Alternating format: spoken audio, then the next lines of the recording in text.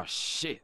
Here we go again. The jury will be out on where Lovebirds Lucia and Jason rank in the league table of GTA player characters until GTA 6 makes its way into all of our grubby little mitts, and we suspect it might depend entirely on your tolerance for smooching. But for now, this is the definitive ranking of GTA protagonists. Or not. Sound off in the comments if you think I'm talking out of my exhaust pipe. And for our first entry, a little bit of housekeeping.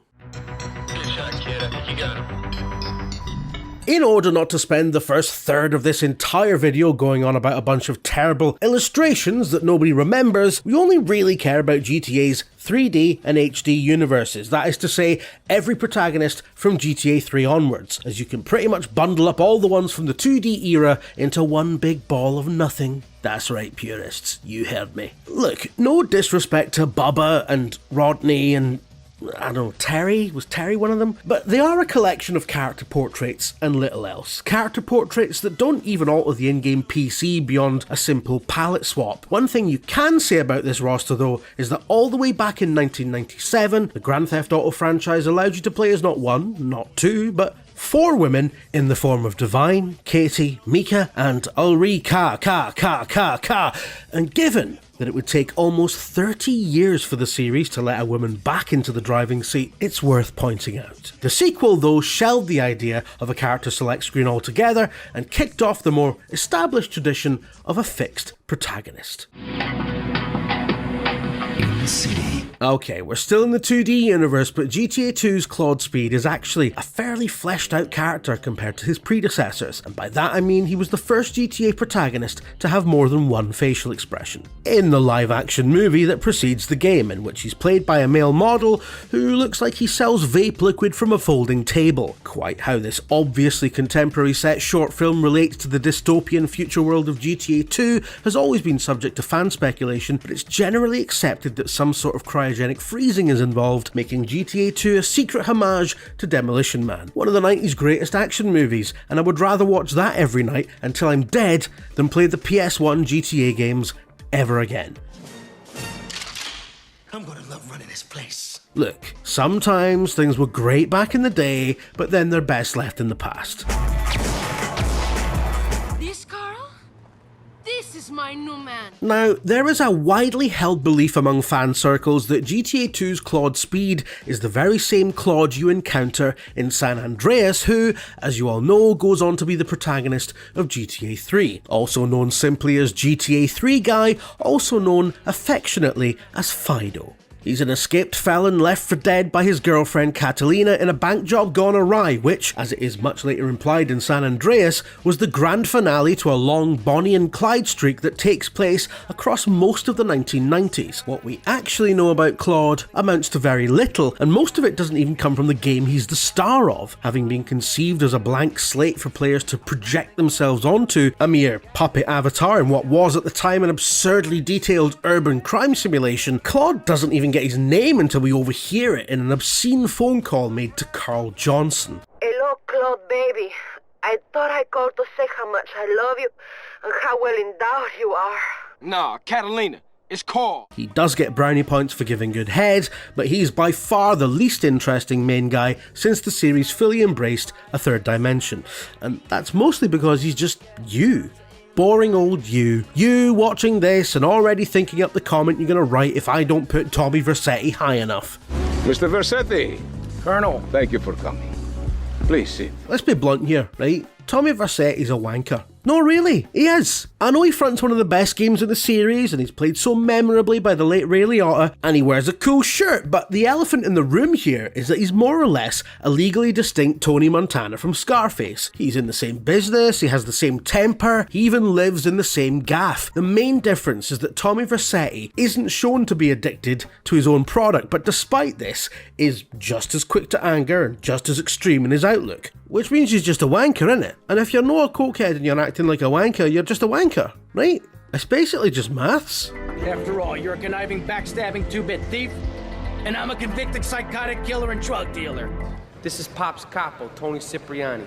Yeah, I'm Tony Cipriani. Tony Cipriani and Victor Vance both appear as minor characters in mainline GTA games and were later given centre stage in handheld spin-offs. Liberty City Stories and Vice City Stories look to give players a proper home console GTA experience on Sony's impressive PSP handheld, which was roughly equivalent to a PS2 that you could stuff in your pocket, alongside your wallet chain and, I don't know, your T-Mobile Sidekick or whatever the we were carrying around back then. The point is, mates, that these weren't compromised versions of GTA, they were full-fat renditions of GTA's Liberty City and Vice City that you could play on the bus. But aside from that, they weren't all that memorable, and their stories centred around bit part characters who bore little resemblance to how they were portrayed in earlier games that they served as prequels for.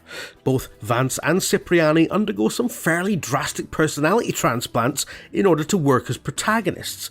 To compound this, their voice actors change, meaning Tony Cipriani is no longer played by Michael Madsen, which is frankly the entire appeal of the character. And while he looks convincingly like a younger version of the GTA 3 quest giver, we have to accept that he's done a lot of aging in the supposed 3 years between the games. Like, I know he's meant to have eaten a lot of pasta, but come on, man. Meanwhile, Victor Vance doesn't even look like the same guy, and has the polar opposite attitude to being involved in the drug trade that he's depicted to just 2 in-game years later. These things can be hand-waved away given how little screen time the original character has, but that just raises the question of why?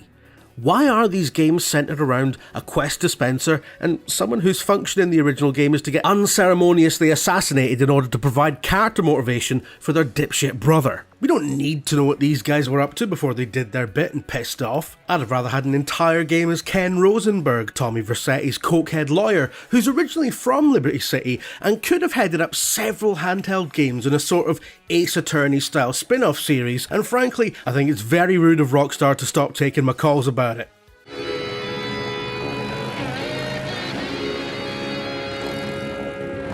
GTA 4's acclaimed single-player story expansions, remember those, centre on characters whose lives are entangled with the main story, often allowing you to see certain events from alternate perspectives, which is pretty cool. What isn't cool is that Johnny Klebitz is a biker, and therefore you spend the vast majority of Lost and Damned, as good as it is, locked into riding a motorbike, which are abominable things in any universe, but particularly in the GTA one, where driving is all about just haphazardly ploughing other vehicles out of the way with abandon, unless you're only on 2 wheels, in which case it's all about trying and failing to avoid getting flung off the thing. The bike mechanics were tweaked to account for this somewhat, but it was still a pain in the saddled arse to have to learn how to get good on them. That's not really a criticism of Johnny Klebitz as a character, but because he's a biker, he's also a smelly bastard who doesn't wash, and that's not conjecture. His personal hygiene issues are portrayed in the game. I'm not being funny, guys, but I just can't sign off on that. Have a bath, man. You wear leather all day. Ugh. Oh, hey, stick to the plan. What? Stick to the plan. As the de facto leader of the trio that front GTA 5's single-player story, Michael may be one of the most relatable characters in the entire series, in the sense that he's middle-aged, a bit past it, and depressed. And you know what? He's a likeable guy. He's funny, and in his own way, he's a good dad, so much so that even his awful, ungrateful, airheaded Californian Waynes can't sustain their built-in malevolence toward him for the entire story, which nowadays would make him a sort of millennial icon. Unlike most millennials, though, he's loaded and has his own swimming pool, a yacht, and several luxury cars, and apparently enough money to pay for a therapist who operates from one of those Lego houses on the beachfront in Santa Monica, making him, unfortunately, part of the bourgeoisie and therefore despicable. The last but most handheldy of handheld spin-offs, GTA Chinatown Wars was set in the same Liberty City as GTA 4. Seen as something of a throwback to the earlier games, it featured a top-down perspective, much simplified graphics, and a story told in a visual novel style through character artwork, a stylistic choice made to accommodate the limitations of its original host platform, the family-friendly Nintendo DS. Yeah, we all did a double take about that at the time as well. The later PSP version looked and played a lot better, but that really shone a light on how perfunctory the story was. It's a fairly forgettable collection of cutscenes about Huang Li's rise from small-time drug dealer to triad golden boy. He's avenging his father, someone's nicked a sword, it's a bunch of tropes in a blender, but to his credit, Huang Li is fairly unique among GTA protagonists in his fierce loyalty to just one faction, as opposed to just being a sort of freelancer slash serial murderer slash one-man guerrilla war against the entire police department sort of guy. Hey, what's your name, son? It's Luis, man. Louis. Oh no, you take me where I gotta go, which is back to Liberty City again, this time in its final expansion, The Ballad of Gay Tony, which is perhaps most well known for the titular character being a blatant homage to Fast Love era George Michael, God rest him. It ties together GTA 4's so-called impossible trinity of main characters whose orbits collide during the infamous diamond deal that is attended by Niko Bellic, guarded by Johnny Klebitz and ambushed by our Louis. GTA 4's intricate trilogy comes to a head with Gay Tony, and you can see the protogenesis here of what was to come in GTA 5, a game whose trinity of main characters play out their stories simultaneously in real time. Three characters who all feel markedly different to inhabit, with different motivations and attitudes to crime. Louis is a smartly drawn, conflicted character who feels uneasy about his criminality and has ambitions of legitimacy. Also, his campaign displays a perceptible shift from the grimy pseudo-realism of Niko Bellic's world to something more resembling the Hollywood spectacle of GTA 5, another way in which this trilogy foreshadows the delights to come. And he's also not a smelly bastard biker, so you know. You're still banned. What about these two? Whoever wins gets banned. Trevor Phillips. GTA 5's Trevor isn't a biker either, but he probably smells even worse, and speaking of bikers, he infamously arrives on the scene and immediately murders a fan favourite one, none other than Johnny Klebitz. It's a brutal and unsettling scene in which a new GTA protagonist beats a previous one to death. Groundbreaking in that sense. San Andreas had a historic first when a former and current protagonist butted heads on the racetrack over a love interest. This encounter makes that rivalry look like a pleasant afternoon tea, and again it's an argument started over a love interest. I use the word love interest in the loosest sense. Johnny's murder is the catalytic event that kicks off the first act of Trevor's story, a breakneck rampage against remnants of the lost biker gang and Trevor's hostile takeover of every criminal enterprise in Hicksville. And it's at this point we all fell in love with him, an irresistible combination of Charles Bronson and Begbie from Trainspotting, hilariously depraved and more or less a self-insert for every GTA player, rampaging through the world in the exact same way as you have always done, even when it made little sense in context of the story. As Victor Vance, as Louis Lopez, as Niko Bellic, Trevor is a middle finger to the common criticism that GTA can't have compelling characters without massive ludonarrative dissonance. He's awful but lovable. He's a deranged substance abuser that lives in a rusty trailer, but he's clever, cunning and quick-witted. We love him because he's extreme to the point of absurdity, but ultimately we love Trevor because he is us. And the implications of that are probably a whole video essay on its own, which I'm not going to make, by the way. I can't be bothered. Ooh, honey. Y'all telling me? Oh, he here. We living on top of each other, and it ain't right. GTA 5's Franklin is a class act. As a professional car thief, he's probably the most run seal of Grand Theft Auto frontmen, and as a young, polite, generally unassuming guy from a humble background who's just trying to get on in life against the backdrop of endless financial crises and an America in a permanent phase of decline, he's actually quite relatable. Probably the most relatable of them all, in fact. That he's named after America's two most diametrically opposed statesmen is probably not a coincidence. Benjamin Franklin may be most famous as a mere euphemism for cash money, but he's one of the USA's most revered founding fathers. A scientist, a diplomat, a staunch public servant, even an early advocate of vaccines. By contrast, Bill Clinton is a guy from Arkansas who's mostly remembered for playing the saxophone and getting blown by an intern, possibly at the same time. These are the two Americas and a chart of its downfall. Franklin represents a generation just trying to make ends meet within the death throes of an empire. But at his core, he's just a petrol head, man, and canonically such a good driver that his special skill is the ability to slow down time while behind the wheel, a feature I'm pretty sure most GTA 5 players forget about around 5 minutes after it's first introduced. But it's cool as hell and makes him an excellent getaway driver, which aptly represents what he is as a character. A smart, capable guy who's pulled into the schemes of a pair of middle-aged reprobates in search of a better life for himself. As GTA's sole representative of the millennial generation, it's hard not to like him unless you think millennials are a bunch of simpering, avocado toast-eating, participation trophy bedwetters, in which case you probably think he should be way further up the list, but I'm writing this in your nose, so deal with it. Oh shit. Here we go again.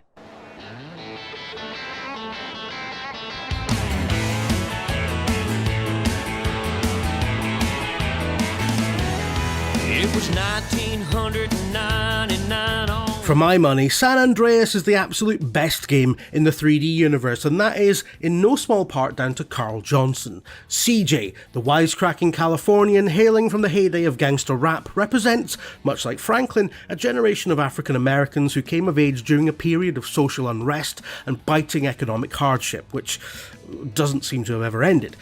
Weird that. Still, as CG, you get to ride bicycles along the sun-kissed Santa Monica beachfront, do dance competitions in modified lowriders, and something that no GTA before it had ever managed to pull off: road trips. Honest to goodness, vast stretches of highway linking 3 enormous GTA cities. Well, they felt enormous at the time. Also unique to this incarnation of GTA is character customization.